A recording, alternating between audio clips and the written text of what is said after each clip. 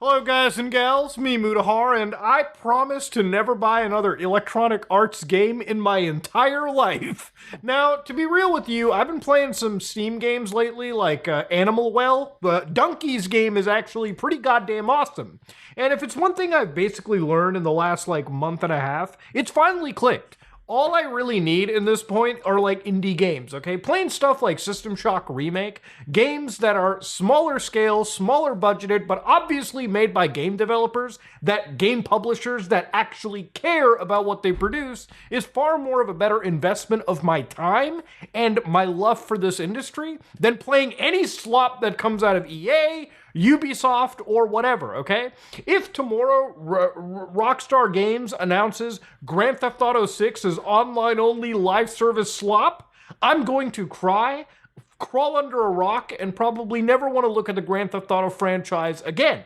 You know what franchise is kind of like that for me? Battlefield. Okay, so Battlefield is one of those games where the last, in my opinion, good Battlefield game was Battlefield 4, okay? And I'm sure there's people in the audience like, but Muda, I love Battlefield 1, okay? Look, I get it. There's fans of World War II games, all right? I'm not a huge fan of World War II stuff. I like modern warfare stuff, okay? I like fighting in the current times. Now, you would think that somebody like me would be excited for Battlefield 2042, and while initially I was coping with my buddy Hugbees trying to play that game, it was very evident that Battlefield 2042 was in fact a complete failure. It was a live service experience that launched in such a bare bones state that even though it's fixed up now, it's still not a good game, okay? Now, this game is $10 right now, so realistically, you can't go too wrong, okay? You can save 87% and enjoy this abortion for yourself. Now, I want to talk about live services, okay? EA apparently, their CEO has said they've learned valuable lessons. So the next Battlefield is going to be a very tremendous live service experience, okay? Now, here's my problem. It's not that live service is a bad thing, okay? Obviously, there's games like Rainbow Six Siege that have a clear roadmap as to how they update their stuff, okay? They launched in a completed state and they told players that, look, after every couple months, you're gonna get a new slew of content, okay? And then after another few months, you're gonna get a new slew of content, right? Now, back in the Xbox 360 era of gaming, the ideal multiplayer era of gaming, in my opinion, games like Halo, Call of Duty, Battlefield, a lot of these shooters were genuinely unique, okay? If you played Halo, you were playing an arena-based game that was far different than Call of Duty or Battlefield. If you played COD, you were playing this arcadey military shooter that ran at 60 frames a second, and it was its own thing. Battlefield, when it released on the 360 PlayStation during the Bad Company era, and of course Battlefield 3, those were games that were designed to have large-scale warfare with vehicles, weapons, team camaraderie, and destructible environments, right? Nowadays, if you play any shooter these days, it almost feels like it's exactly the same fucking game, except it really doesn't feel like there's a whole lot of change between them. You could probably play like an hour of Battlefield and then put an hour of Call of Duty, and some people, okay, some casual types might be hard-pressed to find the actual difference between those games.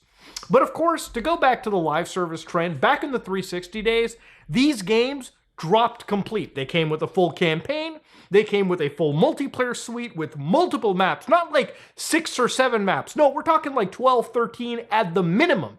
You're talking about, in some cases, a cooperative mode like Call of Duty Zombies, like Halo's Firefight. Battlefield really, from my understanding, didn't really have any of that, but the idea was you got basically 3 game modes. And while it's not too different these days, it really feels like back in the day when these games dropped, these modes were all feature complete. And for everyone on launch night, they could enjoy these games. You know, when Halo dropped, Halo Reach, there was campaign, multiplayer, firefight, and I distinctly remember actually playing through all of these modes on launch night, and they were all very much feature complete. Nowadays, you would be lucky that any of these AAA games launch with all of these features intact.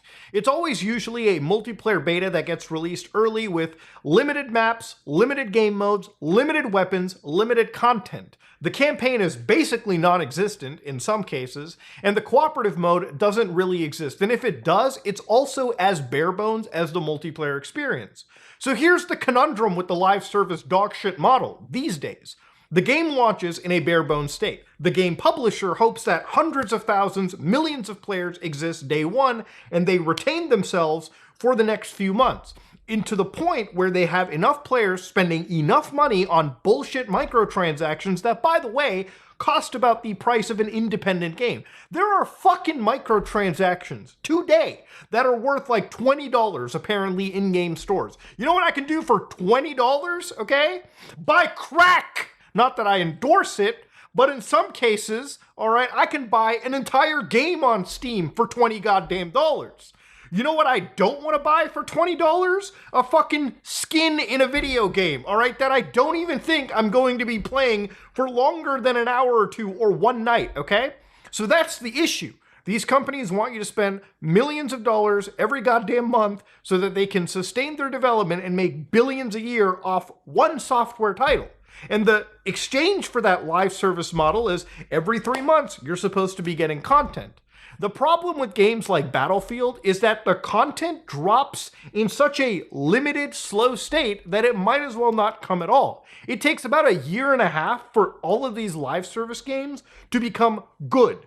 Look, if it takes a year and a half from your game to go from its official launch to actually playable, that's a bad business model, and nobody's going to stick around at all. Games like Payday 3 have had their player bases completely diminished to the point that you might as well actually develop artificial intelligence to start buffing up those player numbers in some capacity.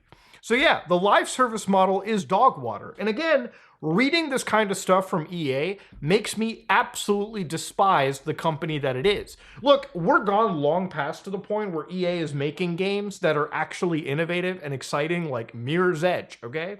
Because for EA, they'd rather chase the heroin dragon that is live service versus actually develop interesting, innovative games from their studios, okay? You're never going to get a Mirror's Edge. You'd be lucky if they invest in another Dead Space, even though these games make crazy good money. It's just they don't make enough money to the point where EA executives can say, all right, boys, we got GTA 5 levels of bankroll flying in.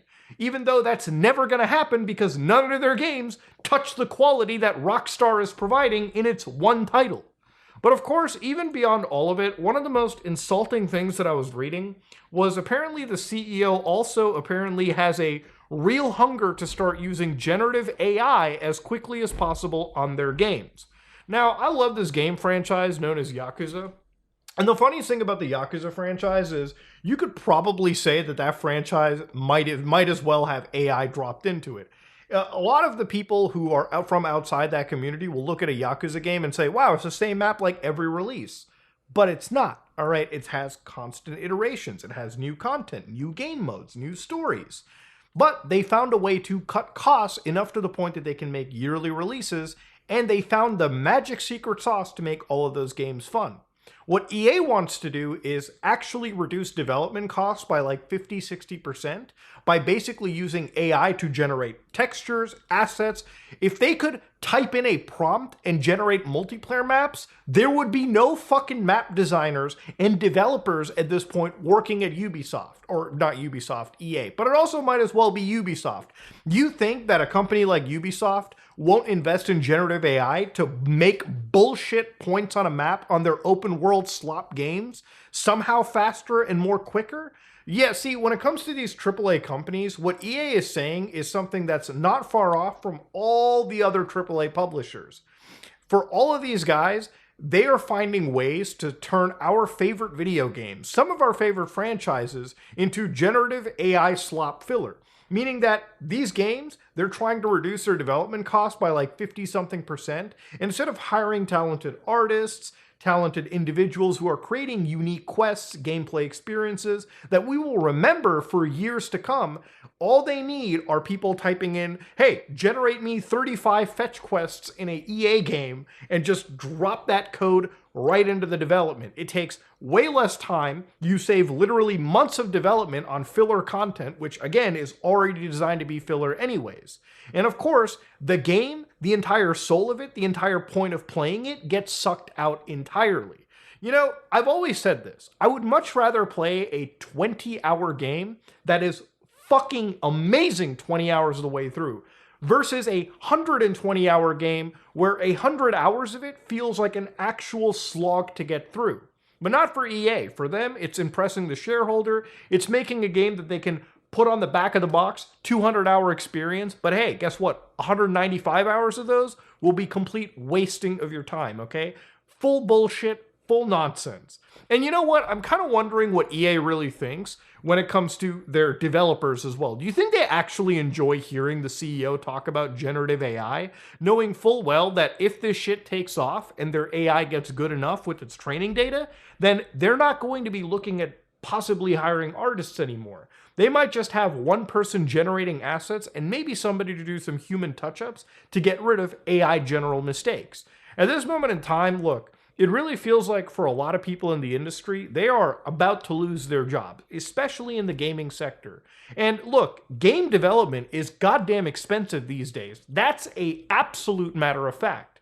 But the other big problem with game development is that it doesn't, in my opinion, need to be that expensive. I really feel like there is a lot of budget that's ultimately blown away on stupid nonsense, when in reality, some of these companies could probably develop cheaper games, substantial games, sell them for maybe slightly less than that AAA price, and still, in the grand scheme of things, net more money than before. But again, we live in a world where AAA publishers love live service and again, turning our favorite franchises into generative slops. And I think at this moment in time, the idea of voting with your wallet has never become more important than it is today. So yeah, I'm never really going to buy an EA game ever again, okay? Unless they somehow go into the era of releasing Mirror's Edge games or actual innovative titles. As far as Battlefield goes, or Need for Speed, any of these titles, they do not excite me anymore. And the way that EA leadership is looking at game development, it shouldn't be exciting any of us going in forward. So yeah, I'm never going to buy an EA game again. At this moment in time, they are probably one of the scummiest companies, probably around there with Ubisoft.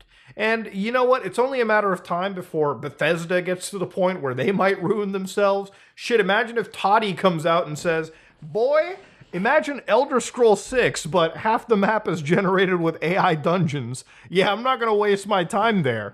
But again, this is the future of gaming, and I don't even doubt that maybe Grand Theft Auto 7 might choose to invest in AI to make their game develop faster, but ultimately more soulless.